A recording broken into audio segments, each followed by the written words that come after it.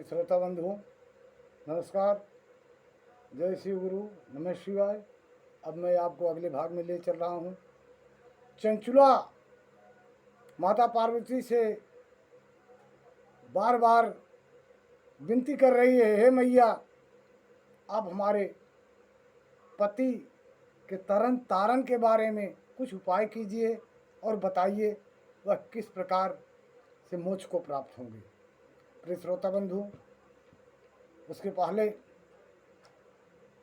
आप भोलेनाथ के बारे में जरा ध्यान से सुनिए।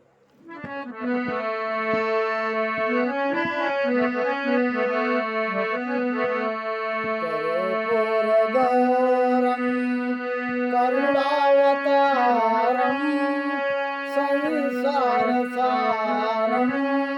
भुजगेन्द्रहारं सदा वसन्तं हृदयारविन्दे भवन भवानी सहितं नमामि कर्पूरगौरं। नमः शिवाय। प्रिय श्रोता बंधुओं, चंचुला कहती है, हे मैया, हमारे पति पाप आत्मा जो हमारे पति बिंदुक हैं, किस उपाय से उत्तम गति को प्राप्त हो सकते हैं, यह शीघ्र बतलाइए। मैं आपके चरणों में बार बार नमन करती हूँ।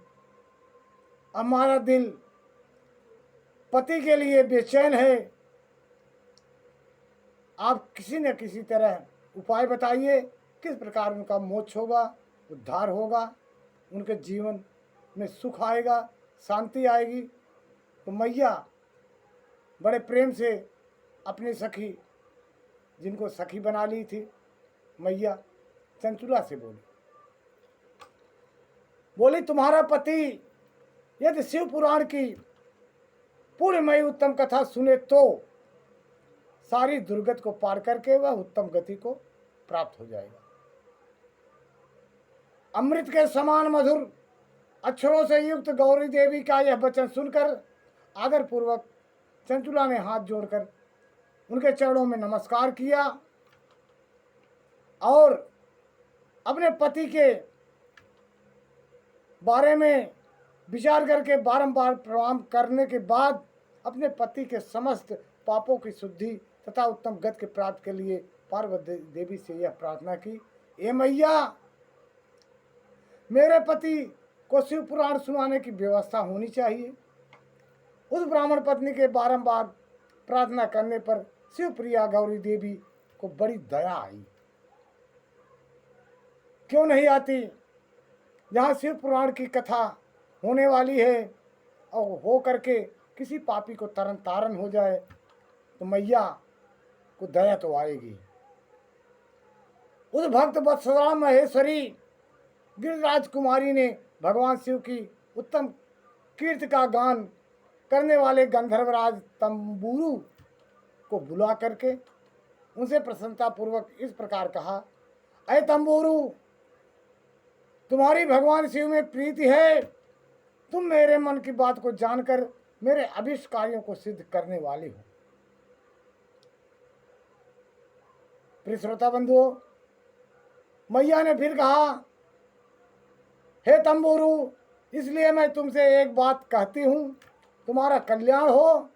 तुम मेरी इस सखी के साथ शीघ्र ही विंध्य पर्वत पर जाओ। वहाँ एक महा अघोर और भयंकर पिशाच रहता है। उसका वृतांत तुम आरंभ से ही सुनो। मैं तुमसे प्रसन्नता पूर्वक सब कुछ बताती हूँ। पूर्व जन्म में वह पिशाच बिंदुक नाम का ब्राह्मण था। मेरी इस सखी चंचुला का पति था, परंतु वह दुष्ट वेश्यागामी हो गया था। स्नान, संध्या आदि नित्य कर्म को छोड़ करके अपवित्र रहने लगा। क्रोध के कारण उसकी बुद्धि भ्रष्ट हो गई।